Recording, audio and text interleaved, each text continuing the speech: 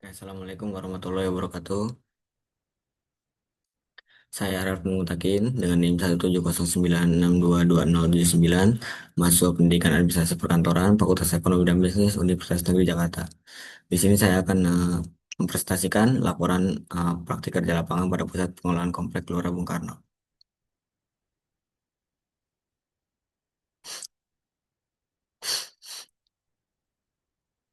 Terbelakangnya yaitu pendidikan tinggi memiliki peran strategis dalam menyiapkan lulusan yang memiliki kesiapan kerja yang optimal.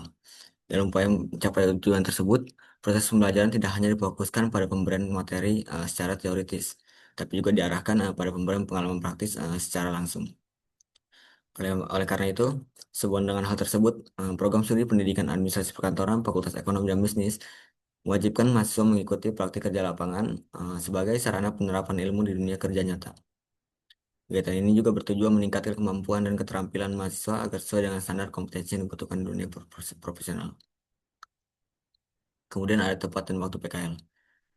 Saya sendiri sebagai praktikan melakukan praktik kerja lapangan di Pusat Pengolahan Komplek Gelora Bung Karno yang beralamat di Jalan Pintu Satu Senayan, Kelurahan Gelora, Kecamatan Tanah Abang, Kota Jakarta Pusat, Provinsi DKI Jakarta. Bagian tempat PKL, tempat praktik kerja lapangan saya yaitu di pemasaran penjualan. Serta waktu pelaksanaan magang dimulai dari 10 Februari sampai dengan 11 Juli 2025. Kemudian ada sejarah perusahaan. Bermula dari Asian Games 3 tahun 1998, Indonesia ditunjuk oleh Asian Games Federation untuk menjadi penyelenggara Asian Games keempat tahun 1962. Kepercayaan dunia inilah yang menjadikan Indonesia sebagai tuan rumah yang disambut baik oleh Presiden RI pertama yaitu Insinyur Soekarno dengan membangun sebuah mega proyek berbentuk komplek olahraga yang dilengkapi dengan berbagai fasilitas seperti Wisma Atlet dan diberi nama Gelora Bung Karno. Perusahaan tersebut mampu mengangkat nama Indonesia di mata internasional. Kemudian ada latar belakang pembentukan Gelora Bung Karno. Berdasarkan keputusan Presiden nomor 318 tahun 1902, yaitu tentang pembentukan Yayasan Gelora Bung Karno. Kemudian keputusan Presiden 4 tahun 1984, Badan Pengelola Gelanggang Olahraga Senayan bagaimana telah beberapa kali diubah. Telah diubah dengan keputusan Presiden 94 tahun 2024. Kemudian ada keputusan Presiden 7 tahun 2001, perubahan nama Gelanggang Olahraga Senayan menjadi Gelanggang Olahraga Bung Karno. Kemudian ada keputusan Menteri Keuangan nomor 233 tahun 2008 tentang penetapan Gelora Bung Karno sebagai BLU atau Badan Layanan Umum. Kemudian ada visi dan misi perusahaan. Visinya yaitu menjadi kawasan olahraga yang terintegrasi, modern, ramah lingkungan, dan unggul di dunia. Kemudian misinya yang pertama yaitu memberikan layanan prima dengan mengoptimalkan seluruh sumber daya PPK GBK untuk mendukung kegiatan olahraga dan non-olahraga. Kemudian yang kedua, mengembangkan dan memanfaatkan seluruh potensi kawasan Gelora Bung Karno untuk peningkatan pendapatan dalam pengelolaan dan kemandirian ekonomi. Kemudian yang ketiga, ada memelihara dan mengembangkan sarana dan prasarana kawasan Komplek Gelora Bung Karno agar berstandar internasional dengan tetap menetapkan sebagai benda cagar budaya atau warisan nasional. Kemudian yang keempat ada yaitu meningkatkan tata kelola sesuai dengan prinsip tata kelola perusahaan yang baik untuk mendukung kemajuan olahraga, seni, budaya, dan juga teknologi dengan mengutamakan peningkatan sumber daya manusia. Kemudian ada struktur organisasi perusahaan. Struktur organisasi perusahaan di pusat pengelolaan komplek Ground telah dirancang secara sistematis, dimulai dari direktur utama beserta jajaran pimpinan, kepala divisi, kepala unit, dan juga staf terkait. Saya sendiri sebagai praktikan melakukan praktik kerja lapangan di divisi pemasaran dan penjualan di bawah naungan Direktur Pembangunan dan Pengembangan Usaha. Kemudian ada bidang usaha atau divisi perusahaan. Jadi divisi perusahaan, divisi pemasaran penjualan di pusat pengelolaan komplek Gelora Bung Karno memiliki tugas utama dalam merancang strategi pemasaran dan mengelola pemanfaatan aset kawasan GBK secara optimal. Divisi ini bertanggung jawab dalam menyusun rencana pemasaran, melaksanakan kegiatan promosi, serta menjalin kerjasama dengan mitra untuk pemanfaatan sarana dan prasarana, baik olahraga maupun non-olahraga. Selain itu, divisi ini juga melakukan pengawasan dan pengendalian terhadap pelaksanaan perjanjian kerja agar sesuai dengan ketentuan yang berlaku. Tidak hanya itu, divisi pemasaran juga memberikan pelayanan kepada pihak-pihak yang ingin memanfaatkan fasilitas yang tersedia di kawasan GBK. Kemudian ada pelaksanaan kerja. Dalam pelaksanaan kerja ada 4 bidang yang saya kerjakan. Yang pertama yaitu bidang korespondensi. Salah satunya adalah membuat surat undangan rapat. Jadi, praktikan melaksanakan tugas pengelolaan surat menyurat, termasuk penyusunan surat undangan rapat untuk kegiatan di kawasan GBK dan standar operasional prosedur yang berlaku. Seperti contohnya yang saya buat yaitu surat undangan rapat koordinasi terkait rencana kegiatan pertandingan sepak bola kompetisi Liga 1 tahun 2024-2025 antara Persija versus Persebaya. Yang kemudian yaitu ada penginputan dokumen ke Microsoft Excel. Praktikan sendiri melakukan input dokumen salah satu yaitu surat masuk dan juga surat keluar ke dalam Microsoft Excel yang berfungsi untuk memudahkan penemuan kembali arsip apabila sewaktu-waktu arsip dibutuhkan. Seperti contoh tadi yang sudah saya buat surat undangan rapat, kemudian surat undangan rapat tersebut dimasukkan ke dalam Microsoft Excel sebagai surat keluar.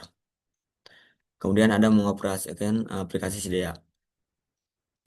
Perhatikan diberi tanggung jawab oleh arsiparis untuk mengelola aplikasi sistem informasi di posisi elektronik dan juga arsip atau sedia. Tugas yang diamanahkan yaitu meliputi registrasi beberapa surat serta pengelompokan dokumen ke dalam berkas yang sesuai secara elektronik. Seperti yang tadi, surat undangan terkait rapat, eh, perhatikan memasukkan ke dalam sedia dan mengelompokkan terkait jenisnya, yaitu surat keluar. Kemudian pengelompokkan mesin scan. Perhatikan terlibat dalam beberapa aktivitas seperti mencetak atau print dokumen seperti surat masuk, surat keluar, dan memorandum guna mendukung kelancaran operasional divisi pemasaran dan juga penjualan PPK GBK. Kemudian pengoperasian mesin scanner dan mengimplementasikan bidang otomasi perkantoran. Selain menggunakan mesin cetak, perhatikan juga melaksanakan tugas pemindaian atau scan dokumen. Kegiatan ini bertujuan untuk mengkompresi dokumen fisik menjadi file dalam bentuk soft copy atau digital, sehingga memudahkan proses penyimpanan, pengarsipan, dan juga distribusi dokumen secara elektronik. Kemudian ada kendala yang dihadapi. Kendala yang dihadapi yaitu salah satunya kurangnya ketelitian, pengalaman, dan pengetahuan. Kurangnya ketelitian, minimnya pengalaman, serta keterbatasan pengetahuan praktikan dalam menyelesaikan pekerjaan, khususnya dalam penyusunan konsep surat undangan rapat, serta dalam proses penginputan dan juga pengarsipan surat masuk maupun surat keluar. Kemudian ada cara mengatasi kendalanya. Menurut Goldberg, ketelitian adalah salah satu ciri kepribadian yang menggambarkan sejauh mana seseorang memiliki tingkat keteraturan dan pengorganisasian dalam dirinya. Menurut Manulang, pengalaman kerja merupakan proses terbentuknya pengetahuan dan juga keterampilan mengenai cara pelaksanaan suatu pekerjaan diperoleh melalui keterlibatan langsung pegawai dalam pekerjaannya. Jadi dapat disimpulkan yaitu bahwa ketelitian pengetahuan dan pengalaman memiliki pengaruh besar terhadap kinerja dalam bekerja. Dalam hal ini, praktikan berupaya untuk belajar menyelesaikan tugas dengan baik, bertanya kepada pembimbing praktik kerja lapangan atau pegawai lain, serta meningkatkan ketelitian dan meninjau kembali hasil pekerjaan. Selain itu, praktikan juga perlu memperdalam pengetahuan dan mencari pengalaman baru di bidang kerja yang lebih relevan, agar mampu menghadapi berbagai tantangan dalam pelaksanaan tugas di tempat kerja berikutnya. Kemudian ada kesenjangan pengetahuan dan keterampilan. Kesenjangan ini tercermin dari beberapa aspek, antara lain keterbatasan dalam penyusunan surat misi, kurangnya pengetahuan tentang pengelolaan arsip melalui sistem, dan juga serta rendahnya efisiensi dalam penggunaan alat-alat perkantoran.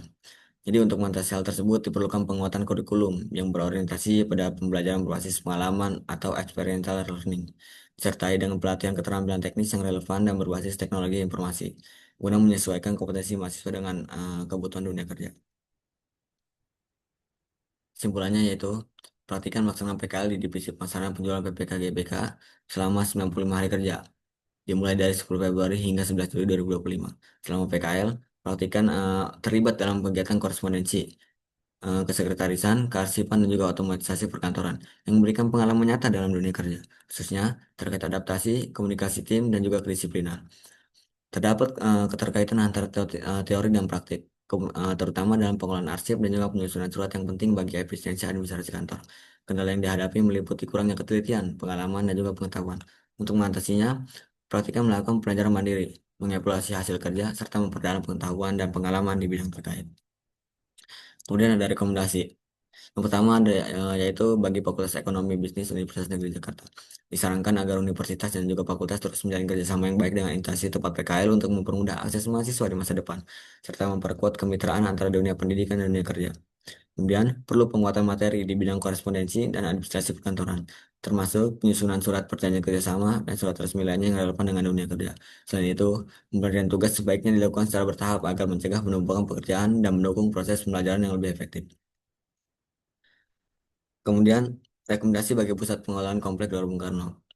Jadi diperlukan kerjasama yang berkelanjutan dan konstruktif antara universitas atau fakultas dengan instansi tempat PKL untuk mendukung kelancaran program serta membuka peluang bagi mahasiswa di masa depan. Dan juga disarankan agar tugas diberikan secara bertahap dan struktur guna mencegah penumpang pekerjaan yang dapat mengganggu efektivitas praktik dan pembelajaran mahasiswa. Oke, mungkin itu saja yang dapat saya sampaikan. Kurang lebihnya mohon maaf. Assalamualaikum warahmatullahi wabarakatuh.